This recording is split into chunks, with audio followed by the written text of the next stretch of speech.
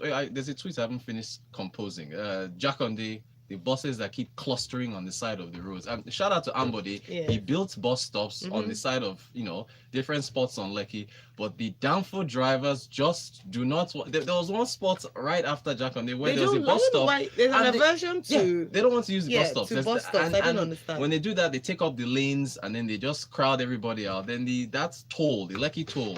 For some reason, it's just not working. But let me tell you something, Rotus. You're still having it better than a lot of people who live on the mainland, Oh, particularly look. Lagos. But I'm singing this tune. It was my first time experiencing the death trap that is that road. So I'm singing it until something is done. Infrastructure work. We need the help. Absolutely. All right. Now, Lagos, if you'd like to join the conversation, because it's not about Rotus and I alone in the studio, you can send a tweet to Smooth981FM at Smooth981FM. Use the hashtag Business Express 91, and for WhatsApp, please send your messages to 0809 444 0981. Thank you. In fact, yes, sending your messages. Top 5 things to address for Sanwo-Olu. I'm thinking traffic would be number 1. I just tweeted that video we're talking about. The first thing to address is this, Rotus, for you. Yeah. Say Sanwo. Sanwo, not Sanwo. Yes. Gotcha. Sanwo-Olu. I got it. Because Miles said he spent 24 hours. Because you're going to be saying that name for the next 4 years. Exactly. So we have to practice it. Thank you. Oh boy. Okay. So there was a holiday yesterday. I keep mixing it up. I keep saying it wasn't Democracy Day, Abi. It was the inauguration. Day. So there's another one coming. Which is, wait for it. Right. Democracy. Yes, democracy. And then in between that, there's the Islamic holidays. Yeah. So holidays everywhere. But so no market activity yesterday, but the day before yesterday, of course, blockbuster activity on the markets, 3.6% appreciation, 31,307 points is where the market closed, 13.79 trillion market cap. 30% of which belongs to MTN and Dangote, which were the ones that essentially pushed the market into positive territory. All right. So again, there's been a theme with everyone. We talked about Bloomberg's list of things the president has to address. Nairametrics also has a headline here about what the president has to address in his second term this time, but they're focusing on the capital market. So Nairametrics headline: 4 ways that President Buhari can lift the capital market in his second term. So one of the things that they wrote about here was to appoint a board for the Securities and Exchange Commission. A lot of people don't know this fact, even myself. I just found this out about a year or so or 2 ago, that the Securities and Exchange Commission has been without a board for the last 4 years, and that has affected a number of things as far as operations are concerned. So it's one of the things that the president should actually address with regards to lifting the capital market. One of them, of course, is to appoint a board for the Securities and Exchange Commission. Secondly, fast forward the privatization program, and as I've said this, the man himself, Ugo Dre, has joined us. Ugo. I was going to say, talk about Nairametrics. Exactly, good morning, right? Ugo. Good morning. Ugo, welcome Good to back. see you. It's been a while, eh? Yeah. We're just lamenting the traffic as we're coming in. Oh, by the way, if you'd like to see Ugo, I did mention this earlier. We're streaming live on YouTube, so Yes. please go on to YouTube, Smooth981 FM, and you can also send your messages to the live chat option. Exactly. All right. So Ugo, we're just kick things off now. We're talking about the four ways that President Buhari can lift the capital market in the second term. Mentioned appointing a board for the Securities and Exchange Commission, then fast forwarding the privatization program. There's also the listing of federal government share of joint venture assets on the exchange as well. What are your thoughts as far as the things he needs to do? All right, so Buhari's first term in office for the stock market hasn't actually been very good. Apart from, I think he was kind of lucky though, because the MTN listing somehow increased market capitalization over the last 2 weeks. Right. So, but this has been one the last 4 years of a lot of turbulence and volatility.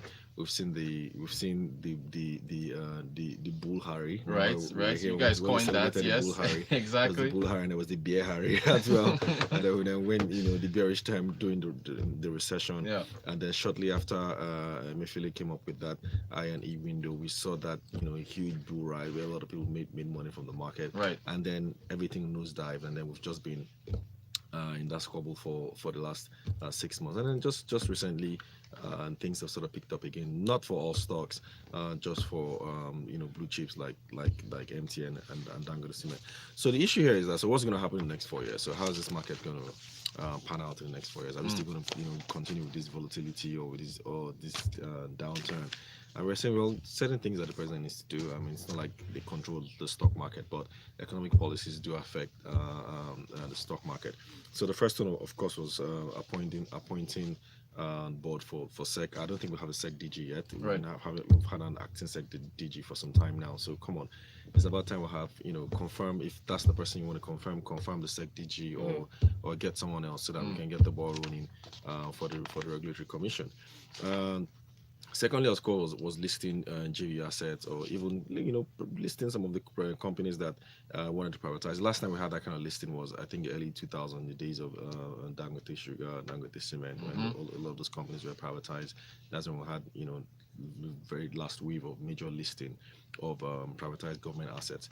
So listings like this, we've seen what MTN has done. So listings are very, a lot of large cap companies typically boost stock market activities. Right. Sort of brings a lot of confidence back in the market and brings demand in the market.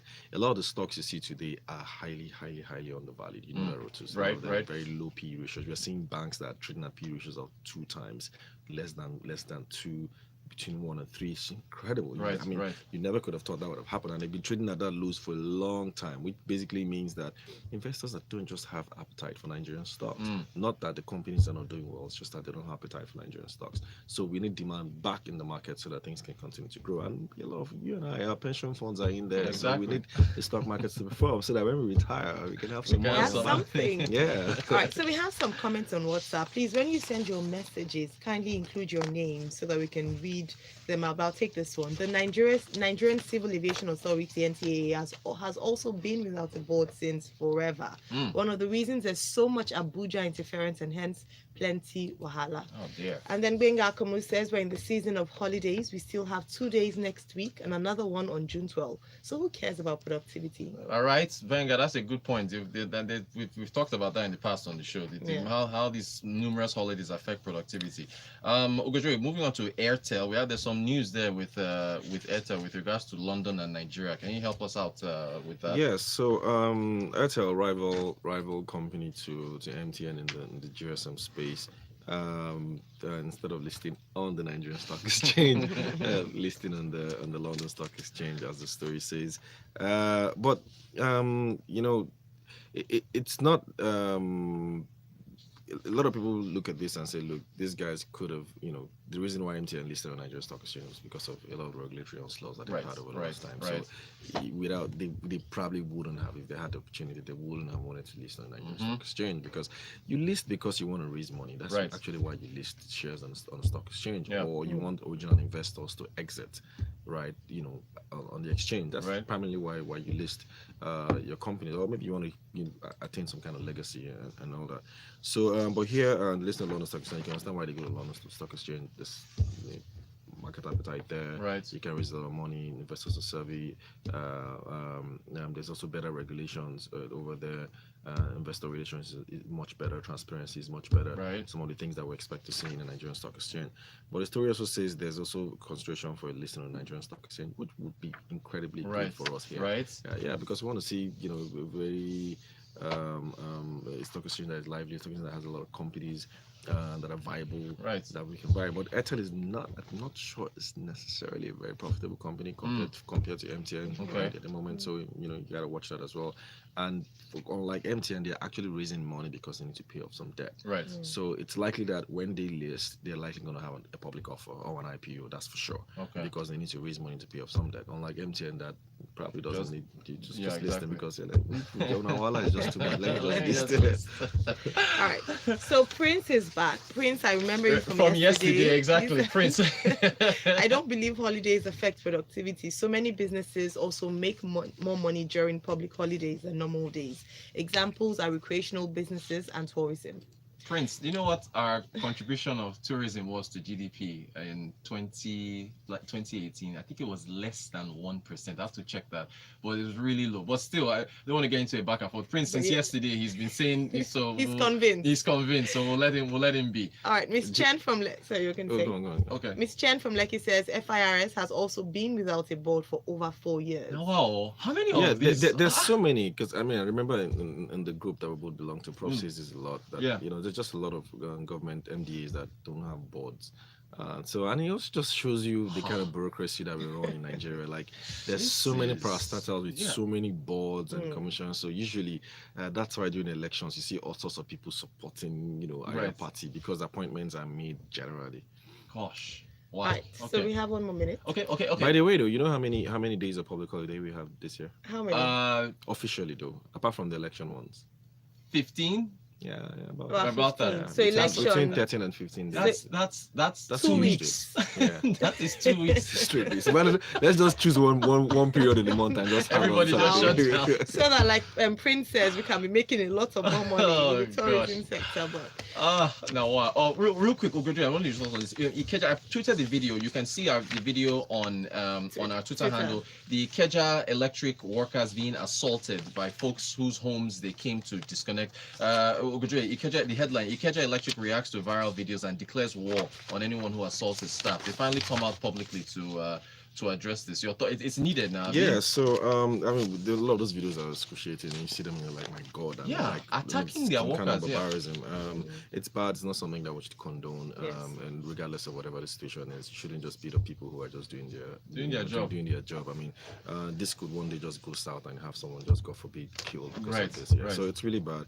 And I think the company is saying, like, no, I'm going to take this anymore. And they're going on guns blazing. So we got to just be careful. I mean, it's just a lot of frustration. I know. Same with some policemen, and you're upset. Everybody's just upset. The last my guys. Angry. So so there's right. mob mentality everywhere. So we just gotta be careful. Well, the video is on our Twitter handle, so check it out on there. And Ugo Dre is at Ugo Dre on Twitter as well. Twitter. Thank you for your messages. Prince will continue to disagree, but we appreciate you tuning in, and that's cool. I'll take this last one from YouTube. So we, include our YouTube family. Yes. Isaac Arokoye says PMB needs to cut down this many agencies. The ambiguity is so crazy. Agreed, Isaac. Thank you for that message. All right, Isaac, thank you very much. And to everyone who sent in messages, a big thanks as well. Rotus, see you tomorrow morning for Tech Friday. Yes, indeed. All right, Lagos, we're still here. We'll take a break right now. When we come back, we have some information for you. And following that at 7:30, it's Freshly Pressed 981. Business Trend.